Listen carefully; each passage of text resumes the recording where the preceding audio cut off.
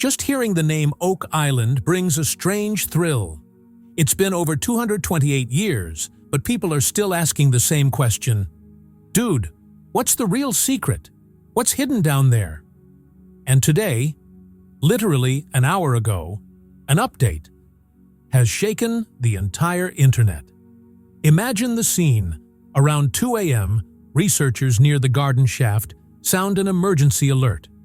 Ground vibration sensors suddenly spike, as if a heavy object has moved below. Rick Lagina himself rushes to the site and tells the camera crew, "Record everything." Now, maybe what we've been looking for is about to appear. He descends. The air is completely different, cold and metallic smelling.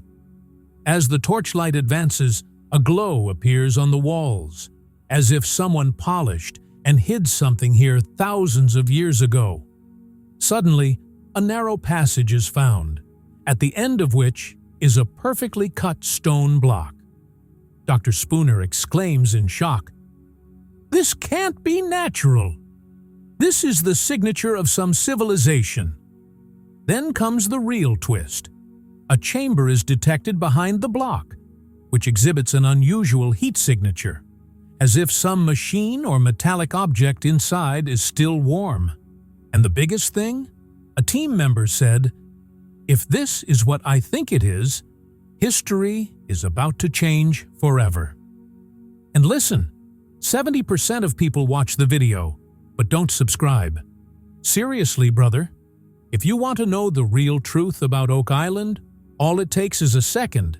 Just press subscribe. Otherwise, you'll miss the next big update, and don't say later, "Didn't you tell me, bro?" The footage you see next will turn Oak Island's entire history upside down. The crew's midnight panic rush. It was night, the air was a little chilly, and a strange silence hung over the island. Suddenly, the control room alarm sounded, and Rick's radio received an emergency call. "Everyone to the shaft, now!" Without a second's notice, the entire team, in their trucks and ATVs, raced toward the site. The darkness was so intense that only the thin white beams of headlights were visible. As they approached the ground, the atmosphere had completely changed, as if the air itself was warning that something unusual was about to happen. The fear was evident on the workers' faces, but the excitement was equally strong, an excitement Oak Island hadn't experienced in 228 years. Everyone quickly turned on their flashlights and raced down the side path, strewn with mud, wood, and loose stones, toward the garden shaft.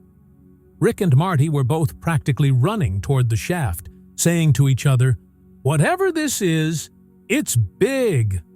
Behind them, technicians were running, carrying their metal cases containing thermal scanners, pressure meters, and emergency gear. The cool night air, combined with the light from the flashlights, created a creepy, horror movie-like vibe. But no one slowed down. As the crew approached the shaft, they found faint footprints on the ground and dropped equipment, indicating that the workers below had also panicked when the sensors suddenly triggered. Flashlights were flickering around, each light casting a different shadow, making it difficult to discern where the real danger lay. But no one backed down. Curiosity was more powerful than fear. Upon reaching the site, Rick had everyone stand in a circle and said, "Listen, whatever shook the ground, it's not natural. We go down, we check, and we get answers." Upon hearing this, the entire team gave each other a silent nod, a nod laced with fear, excitement, and a distinct sense of certainty that something big was about to happen. No one knew what they would find below, but everyone knew this was no ordinary night. Underground vibration, mystery. The first thing everyone felt as they stood near the garden shaft was a slight tremor in the ground. This wasn't the kind of vibration caused by machinery. It felt different, a little steady and a little rhythmic. The crew members reached down and touched the soil, looking at each other in fear and surprise. No one could understand what was going on down there at this time of night. Rick yelled, "Shut everything down!" And within seconds, cranes, pumps, drills, all the machinery were shut down. Under normal circumstances, the ground vibrations would subside as soon as the machinery was shut down, as heavy equipment often causes tremors. But this time, something else was about to happen. As soon as the machines were turned off, the tremor became more pronounced, as if something large was moving slowly in a deep space. Marty leaned down and listened, then told Rick, "Bro, this is not mechanical." There was both fear and excitement in his voice, as if he knew this vibration couldn't have come from a natural process. The rest of the crew members took out the ground sensors and immediately began checking the live readings. The readings showed frequent minor spikes, and most surprising, the frequency of the vibration was absolutely constant. Like the heartbeat of something. Dr. Spooner scientifically touched the earthen walls and said, "Either something shifted, or something is waking up down there." Hearing this, the crew fell completely silent. It seemed as if everyone was secretly wondering if perhaps the ancient structure, written about in legends, was finally moving or about to open. Seconds passed, but there was no sign of the tremor stopping. Waves were felt on the ground so faint that even a small bottle of water was shaking slightly. The crew's cameraman whispered, "Guys, is someone down there?"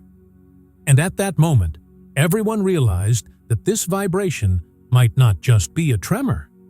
It could also be a signal. Garden shaft descent.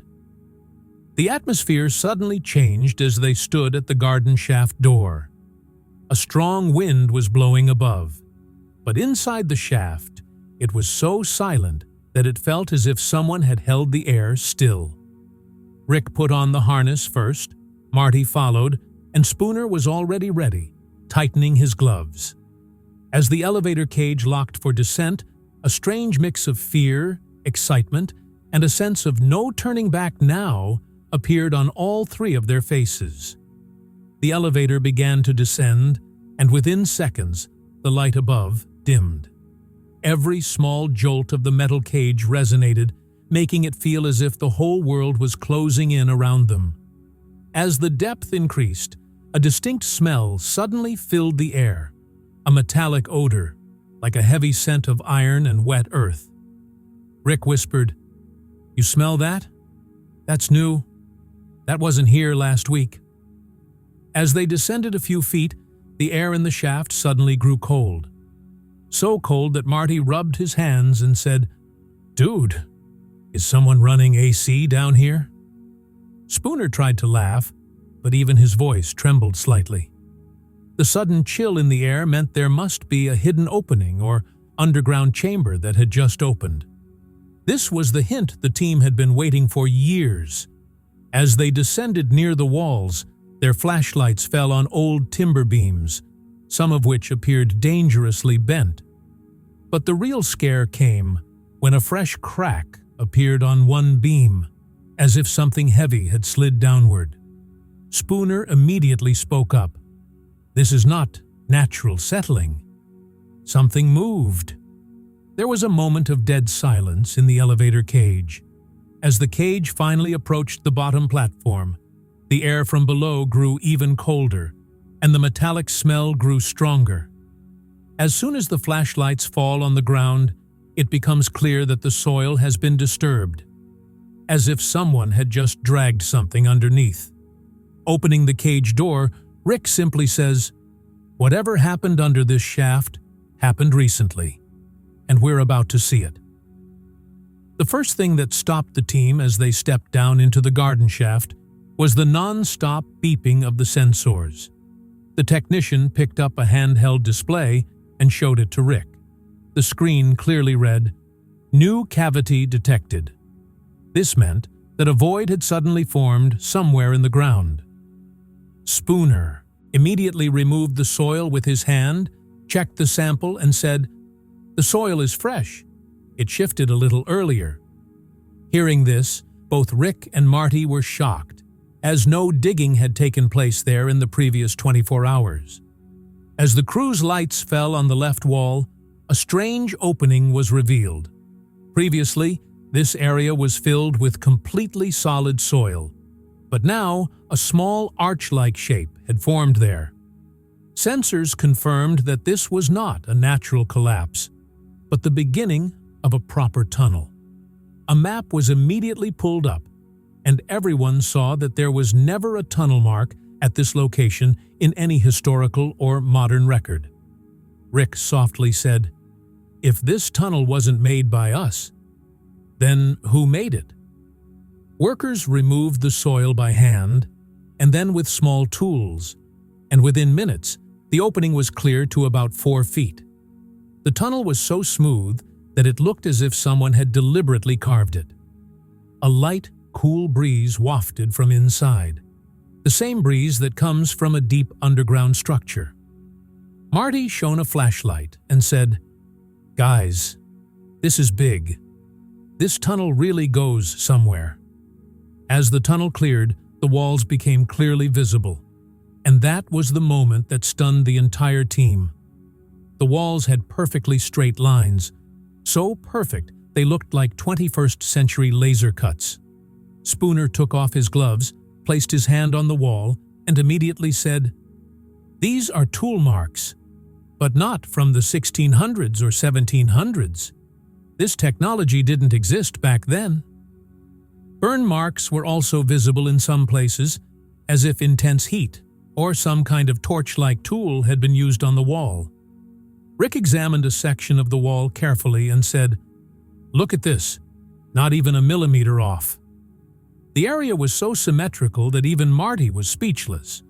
No old-fashioned spade, chisel, or hand tool could have created such perfect lines.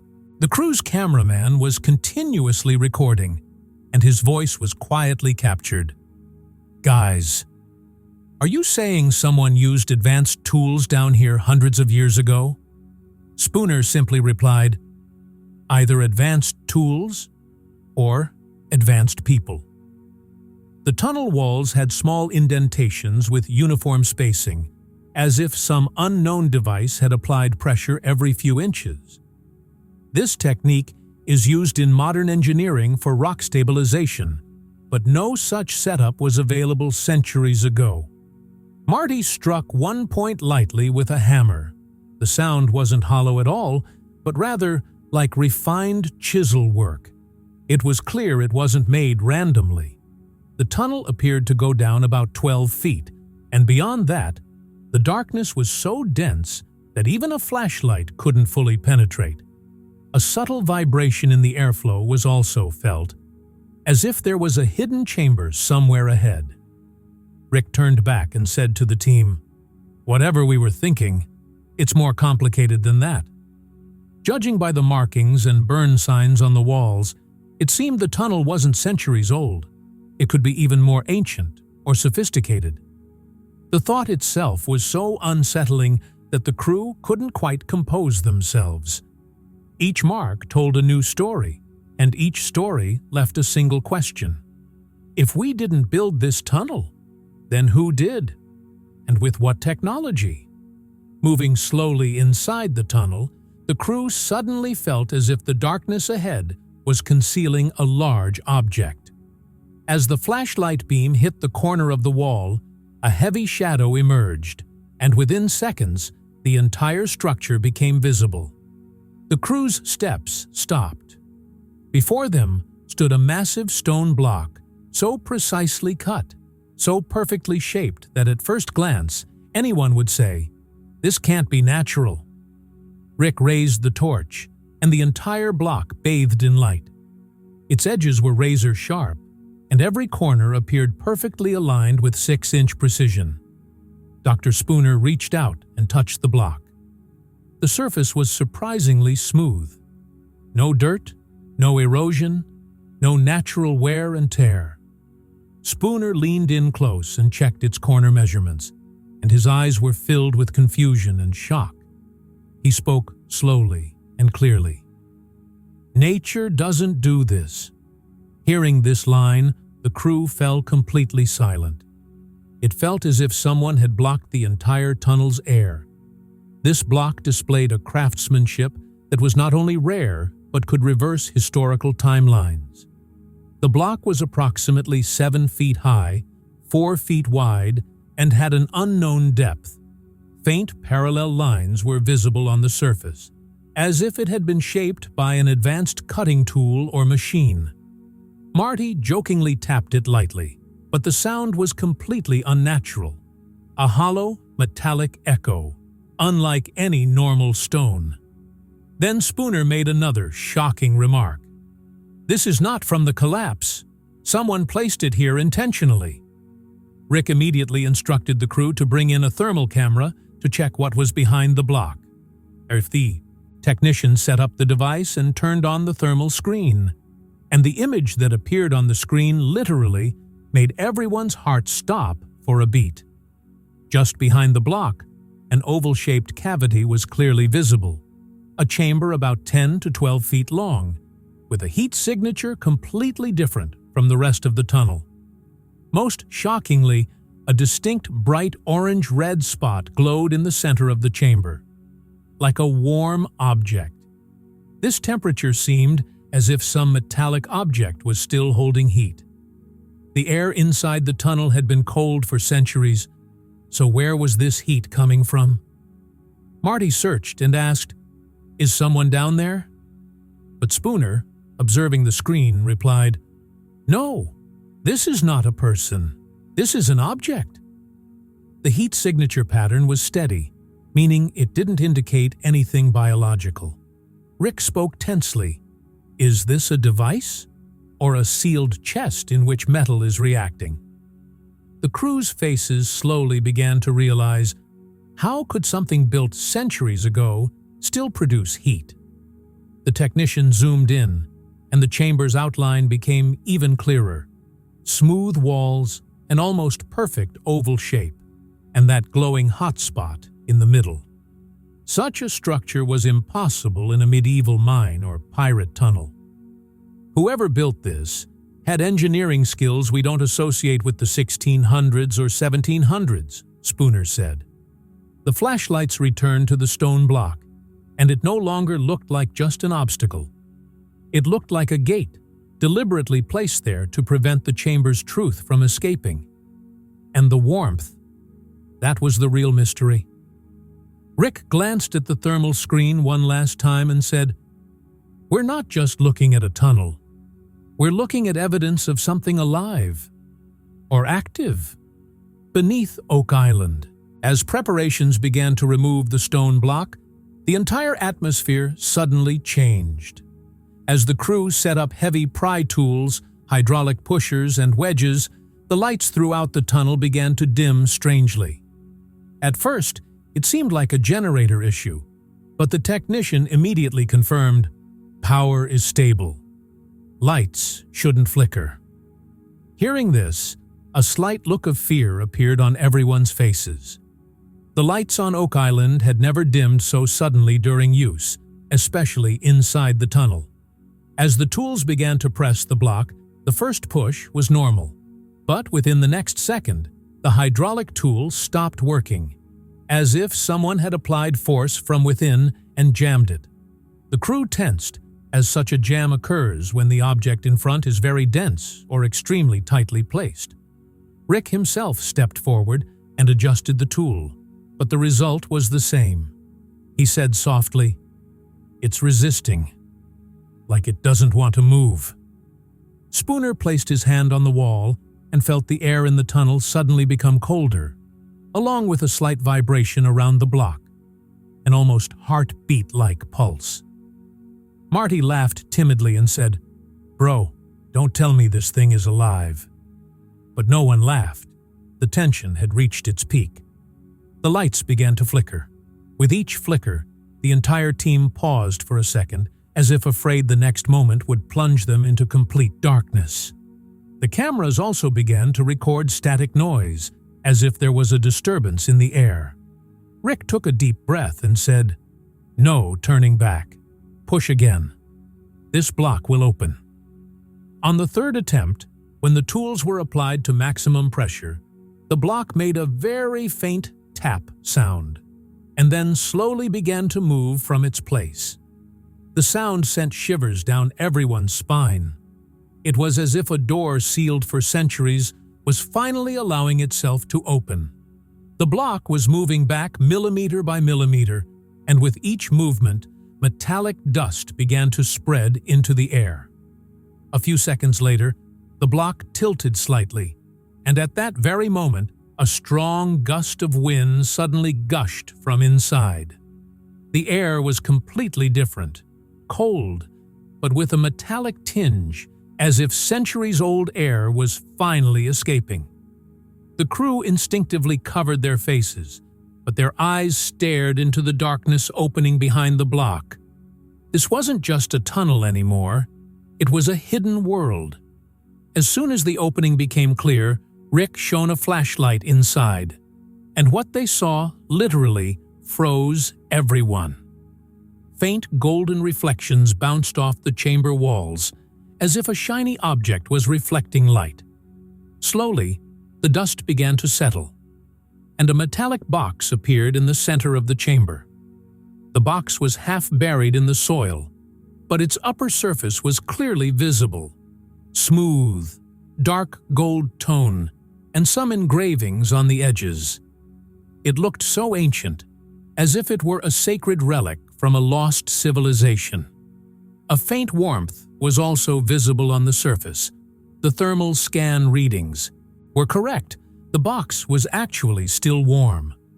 This was the most confusing point. How could something centuries old still be warm?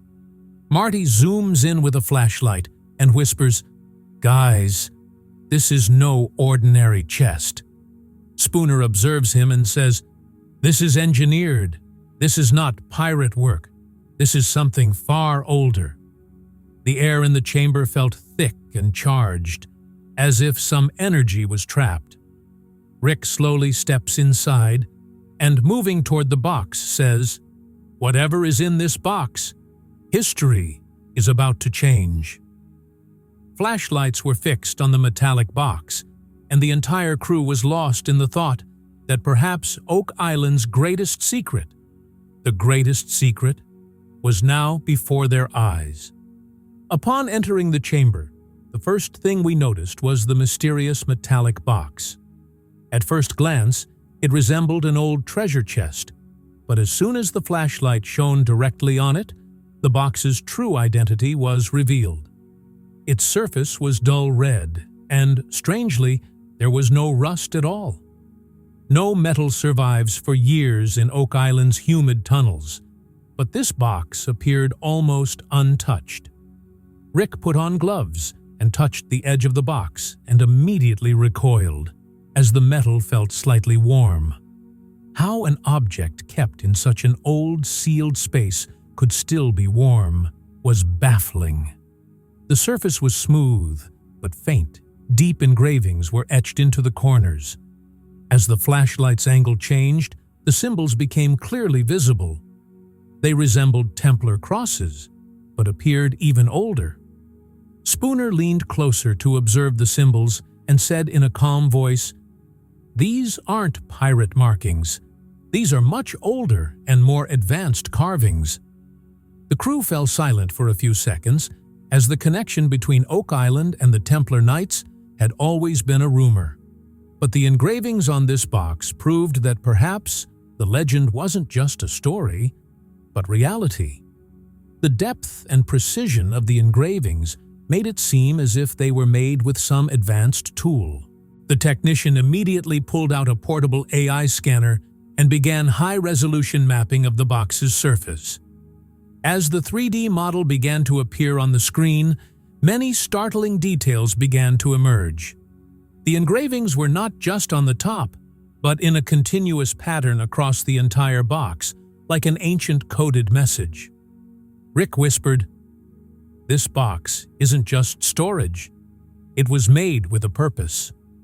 Now came the big moment, the material analysis. The technician placed the XRF scanner on the box, and within moments, readings began to appear. Everyone's eyes widened at the data, as the alloy's composition is not found anywhere else in Nova Scotia, let alone the entire Atlantic region. This combination of high copper content and rare metallic blend has only been found historically in the Mediterranean or Middle East. Spooner read the scanner screen and said clearly, "This metal is not from here. It's not from North America." Marty asked in shock, "Then who brought it here?" The technician replied slowly, "The closest match is Syria, Turkey, or the Cyprus region." Hearing this sent a chill through the crew's bodies, as it meant that some ancient civilization had reached this place, and they had hidden something here that is still active today. The AI scan also revealed the box's internal structure. The box had a dense metallic core in the center, surrounded by hollow compartments. It didn't look like a decorative chest. It was engineered, with a machine-like symmetry. It seemed the box was designed not just to contain, but to seal some mechanism or protected relic. Rick placed his hand back on the box's warm surface and said softly, "If this is of Mediterranean origin, then whatever's inside could change the entire story of our history." The crew's flashlights focused on the box, as if everyone was absorbed in a single question.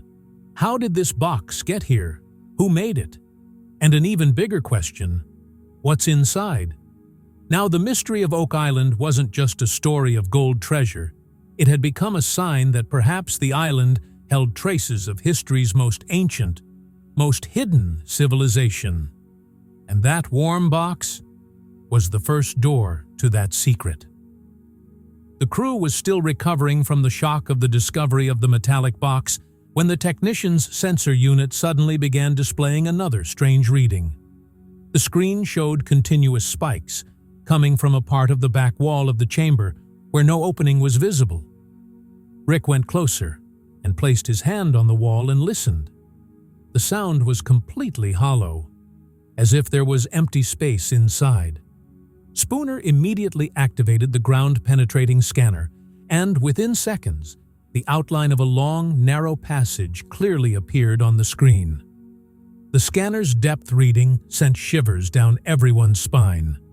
This new tunnel went approximately 40 feet underground and turned in an unknown direction. The most surprising thing was that this tunnel did not exist on any official GPS map, archival drawing, or historical document of Oak Island. Rick checked the map repeatedly and then exclaimed in disbelief, "This changes everything." There was both excitement and fear in his voice, because such a signal meant that there was a structure beneath the island that no one knew about. The AI mapping confirmed that the tunnel was perfectly straight, almost laser-aligned, and its walls were as smooth as a chamber. This wasn't a typical mining tunnel. Some crew members speculated that it might be an escape route, a ceremonial tunnel, or part of some rare engineering design. But Rick felt that this tunnel would open the next chapter in the story, connected to the box. He wondered, if a relic was here, perhaps another tunnel might lead it to a central vault. As the team prepared to investigate this new tunnel, activity suddenly increased on the surface. Footsteps could be heard from above, and a worker descended and said, "Rick, you need to come up. Now." The crew didn't understand what had happened, but the tone was so serious that everyone immediately felt tense. Rick and Marty both headed upstairs, and as they emerged, they saw something they never expected. Two black SUVs were parked near the entrance, windows fully tinted with no identifiers. Vehicles like these are typically used by government field agents or private defense contractors. Three unknown officials in dark jackets stood near the SUVs, their body language clearly indicating they had come to take control. One of them stopped Rick and said bluntly, "From this point forward, you follow restricted zone protocol." Rick and Marty were both in shock. Oak Island is private property, and such a sudden government presence here is not normal. The officials prohibited the camera crew from taking shots and placed covers on some equipment, as if they did not want any footage of the tunnel or the relic to be leaked. Their tone was not very friendly, partially orderly and partially threatening. Marty asked them why, but the answer was vague. "This area is now under temporary observation. Continue your work, but with limitations." Hearing this made the crew even more uncomfortable, as it meant someone had relayed the information to higher-ups as soon as the emergency alert was raised. Spooner whispered into Rick's ear, "If the government is here, they already knew something was under this island." Officials gave instructions to keep certain areas sealed, and the team was told not to leak any information.